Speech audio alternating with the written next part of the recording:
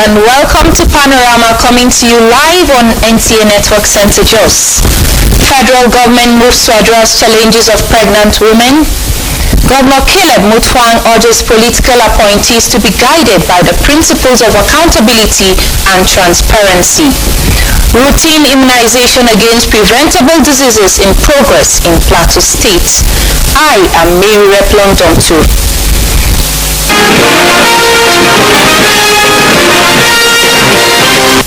/live and on YouTube channel NTA News Online and other channels showing on our screen for updates.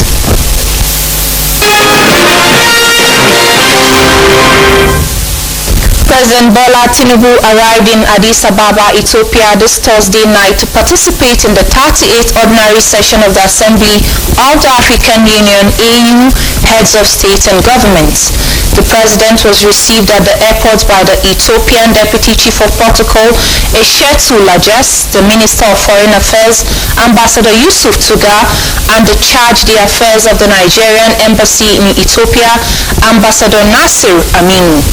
Ambassador Tuga later briefed President Tinubu about the summit and other diplomatic wins for the country.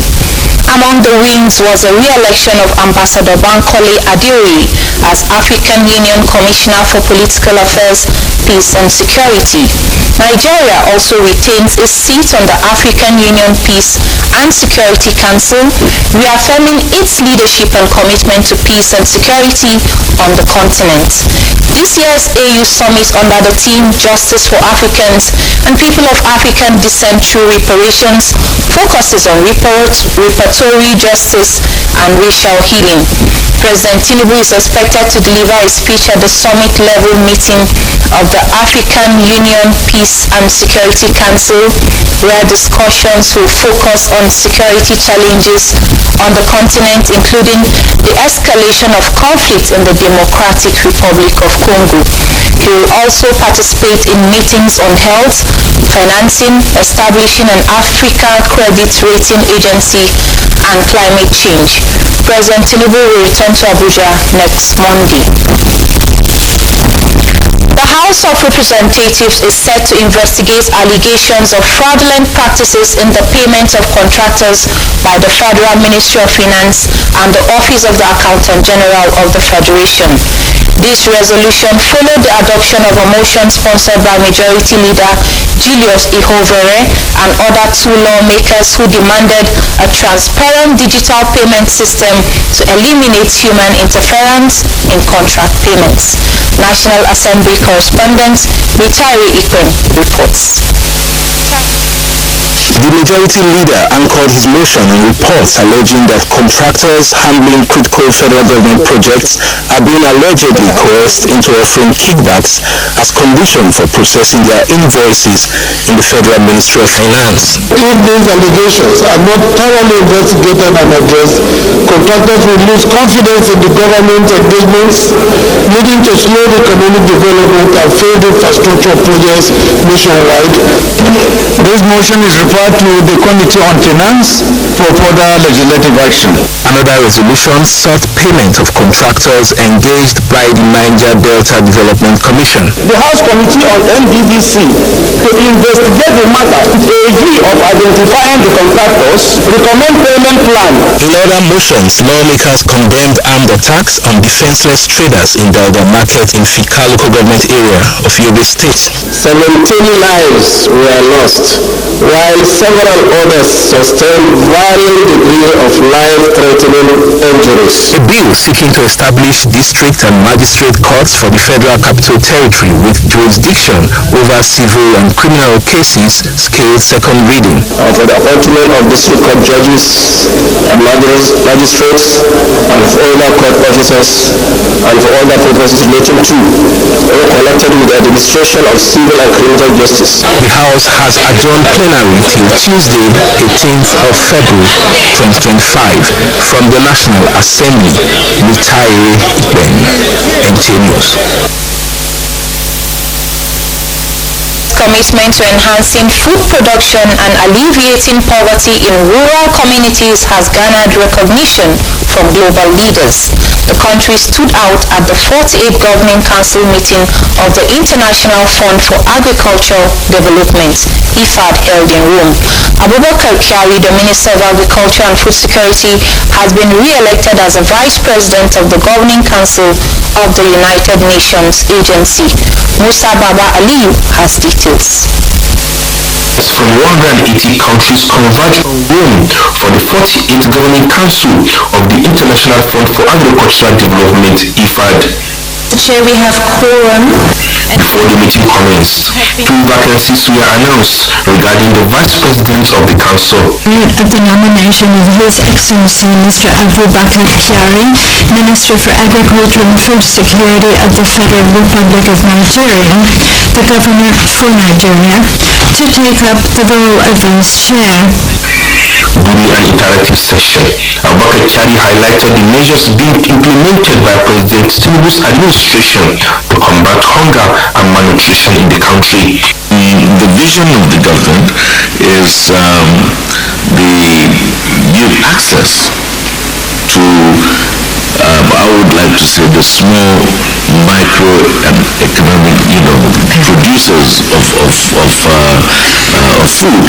World leaders attending the event, including the President of Sierra Leone, emphasized the strategic importance of investing in rural areas of developing countries to achieve food and nutrition security, as well as economic growth and stability. We aim to completely overhaul our food systems to achieve food security. Several speakers stressed the significance of investing in the first mile where food production begins. Musa Baba. President Bola Tinubu has approved the engagement of 50 doctors and 100 nurses to cater to the medical needs of inmates in correctional centers across the country.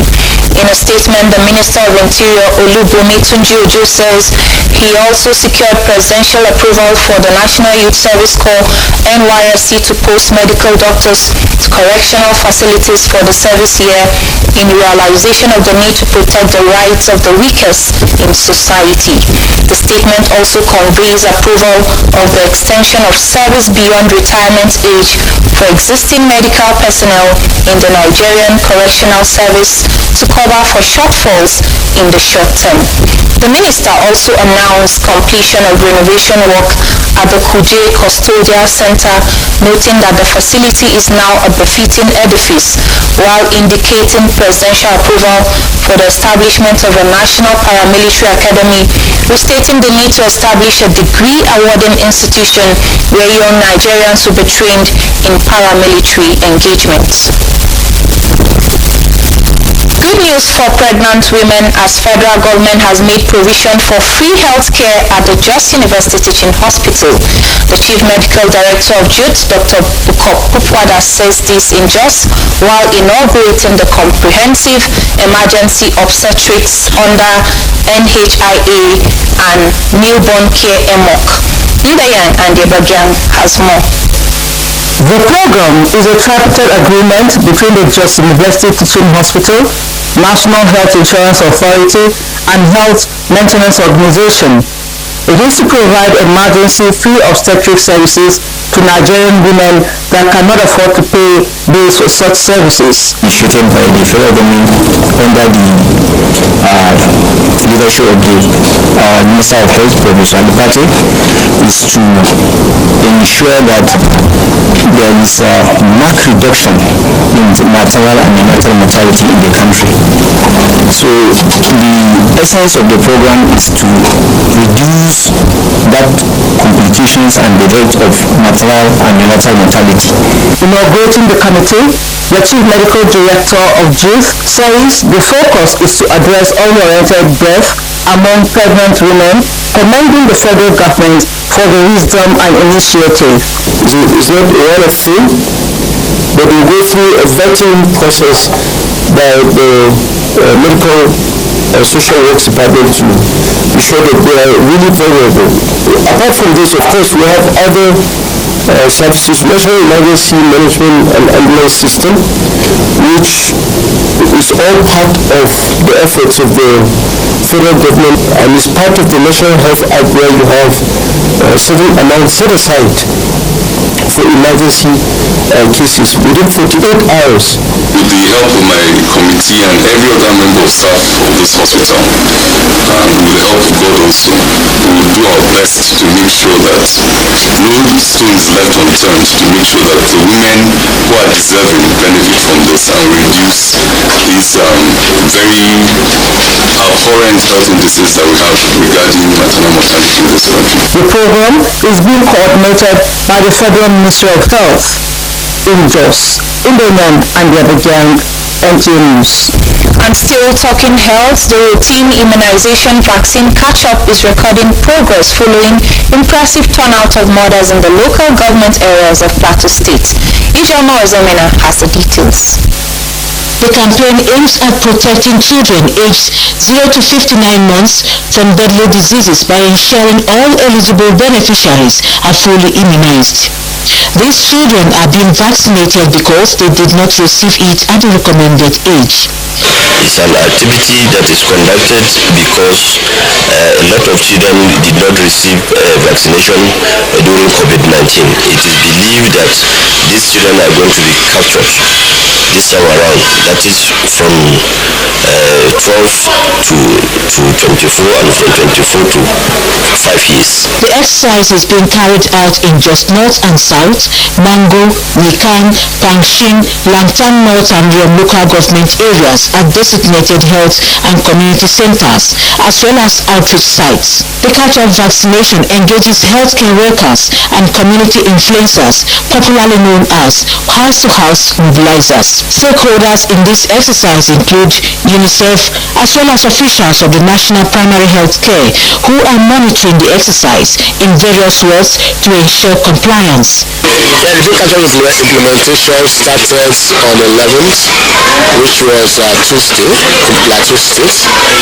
So far, the vaccines are adequate that have been distributed to the LGAs, and we're looking for zero-dose children, those who have never received, and also the under-immunized children. Under-immunized are those who actually started and never complete immunization exercise. So, by and large, it's for the teams to go through the same settlement where they work last round, and also try to identify more children for us to reach the targeted age group. Now, in the 8 LGAs, we have a total of 162,000 zero-dose children. The week-long exercise is expected to end on Sunday this week.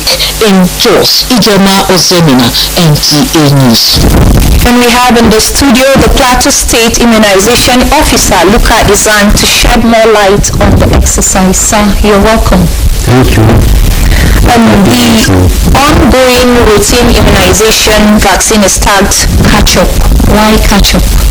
Yes, why catch-up is a global initiative which was launched by Immunization Agenda, and this was based on analysis looking at those children that were missed, that were not immunized or under-immunized during the COVID-19 vaccination, during the COVID-19 pandemic, which of course, during that time there were a lot of lockdowns here and there. People were not allowed to move out. So as a result, for those children that were supposed to be vaccinated against the various childhood preventable diseases were not able to go out and then take the immunization as expected. So with the collaboration between the state and the National Primary Healthcare Development Agency partners and also the state, they now look at it and see how they can meet up and then vaccinate those children. That's why they call the big catch-up. Why is big catch-up? Because those children that were missed, they need to be traced this time around and then be vaccinated against those diseases. And we have 4 types of vaccines that are mainly for the big catch-up vaccination.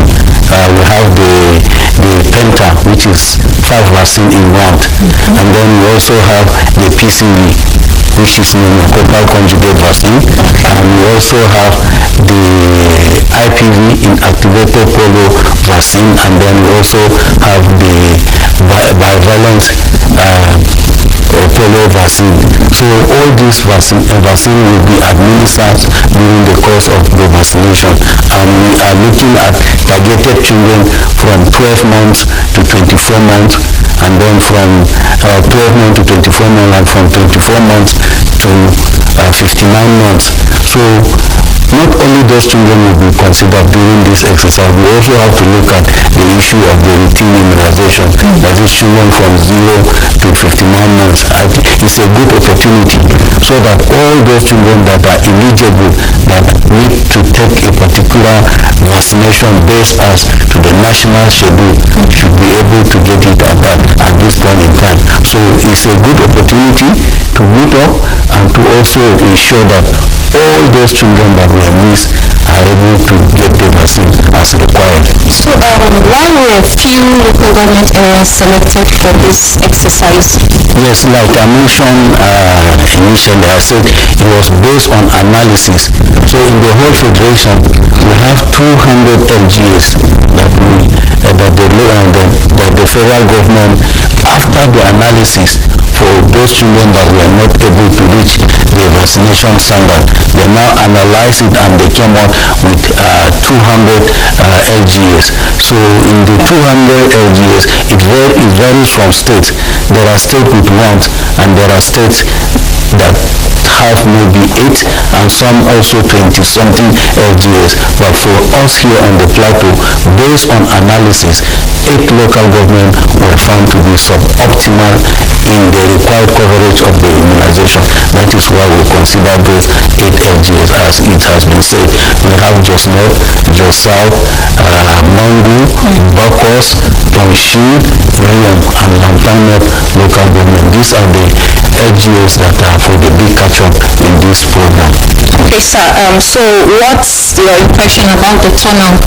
Well, the turnout, as I will say, I think is quite impressive, because we have seen mothers coming up, and this has been due to good communication, by sensitization, by the social mobilization unit at the state and the local government level. So there has been that awareness. Awareness has been created, and people are listening to radios, media, and also using the traditional structures at the local government level and also at the world level. So by that, it encourages people to come out for the exercise. So I want to also use this opportunity to also inform people that caregivers to actually bring out their children for this immunization exercise. So what's the way forward, sir? Few seconds. Yeah, the way forward is, as I've said, it's a good opportunity. Let all caregivers, mothers that are concerned, bring out their children for vaccination, so that we can meet up to catch all those gaps for those children that were missed during the COVID-19 pandemic. I think it's a good opportunity. It's a global initiative. Therefore, I enjoin all parents to bring out their children, those that were not able to receive the vaccination during that time. Okay, thank you so much. We've been speaking with the immunization officer, Mr. Luka Izan. Thank you so much for coming on Panorama. Thank you. Panorama will continue after the break.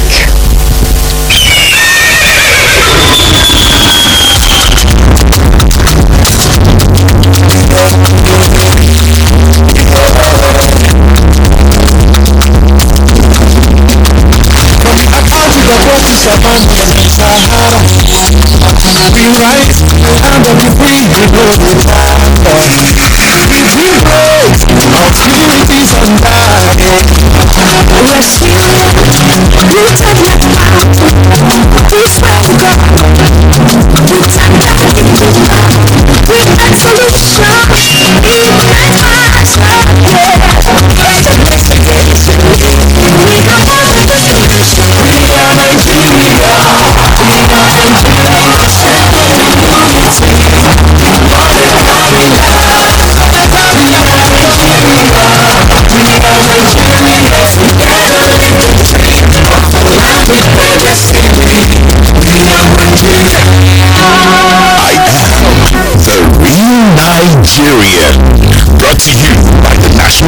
Orientation Agency, NOA. The federal government of Nigeria warns vandals of national assets, electricity transmission towers, cables, and other facilities to desist from this act of sabotage. Vandalism is a serious crime punishable under the law. Vandalizing electrical equipment will affect millions of Nigerians, including your loved ones. Remember that national assets belong to all of us, hence the need to protect them. Report all cases of suspicious movement around electrical facilities to security agencies. When you see something, say something. This message is from the Federal Ministry of Information and National Orientation in collaboration with the National Counter-Terrorism Center, NCTC, Office of the National Security Advisor.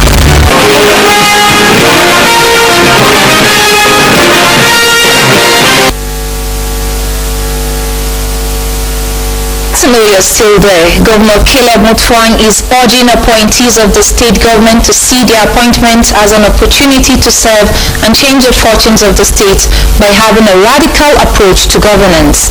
This was at a retreat for political appointees in Miango, Basa local government area of the state. Ndayan and Ibagan has details. The retreat, which has commissioners, permanent secretaries, heads of agencies, institutions and parastatals, is meant to broaden their horizons on the mission, vision and policy directions of the state government. We have a team of experienced people with leadership in the past that will also be giving us direction, and even within ourselves we are also going to look at ourselves like to evaluate how far we have come in the journey. We need a constant reminder of why we are in leadership and what we need to do to improve the life and the living conditions of our people. This retreat is meant to evaluate the last post that were set and then set a new one. It is a retreat that is needed to ginger political appointees and stewards of government. Governor Caleb Mutfwang says the time is now mantra was born out of the passion to change the plateau story for better. He reminded the appointees that they are not serving him, but the people who they swore to impact on their lives. When you don't utilize opportunity in a season, it will close. And I'm praying that this opportunity will not close on us. That we will be so determined and radical in our approach and commitment to governance that we will do all we can to make a difference. In Jos, Ibadan and the Abuja, NTA News. And for stories trending in the sporting world, let's join Gift George on Sports Updates. The National Sports Commission has pledged to support the development of flag football across the country. The chairman of the commission, Shehu Diko, represented, commended the local Premier League organizers for Showtime flag football for efforts to professionalize the sport in Nigeria and to develop it from the grassroots to produce a federation, which is a prerequisite to be affiliated to the world body, the International Federation for American Football, to have a chance to be at the 2028 Olympic Games in Los Angeles. He noted that the National Sports Commission is ready to provide everything needed to take the sports to the grassroots in Nigeria. There are also possibilities of the sports being demonstrated at the National Sports Festival in Abuja and the New Year Games 2025. In basketball, Nigerian men's basketball team, the D Tigers, will leave for Tripoli, Libya come Sunday for the final phase of preparations for the Afro-Basket Championship qualifiers. The home-based team coached by Abdurrahman Mohammed have been sweating it out and throwing in Abuja for the past few days ahead of the championship. The team is hoping to get one of the tickets with the third win of the Afro-Basket qualifiers. 13 foreign-based players will join up with the team in Libya. To handball, about 100 young aspiring handball players in Lagos State are taking part in a two-day handball clinic which began Thursday at Road Park, Yaba. The handball clinic, which is put together by US-based Nigerian international handball player Ebie Udoma in partnership with the Lagos State Handball Association, is educating the players between the ages of 7 and 15 on the fundamentals of the game that can make them great players in future. Progressively trying to take on more difficult challenges is one of the concepts I try to introduce to them. So some of the drills that we've done have been really easy for them, some of them have been really difficult. But if they know the progression progression and know some more difficult drills, they can progress once they've mastered the basics to more intermediate and more advanced skills. With such great players coming back to give to society, it only inspires the younger ones to do better. We just call on other players who are in diaspora or ex-players to come and do more of this in Nigeria. With that, it continues to identify new talents, and it becomes like a factory for development. Sponsor update, Gift George, NTA News. It has been Panorama from Just Today. Many thanks for watching.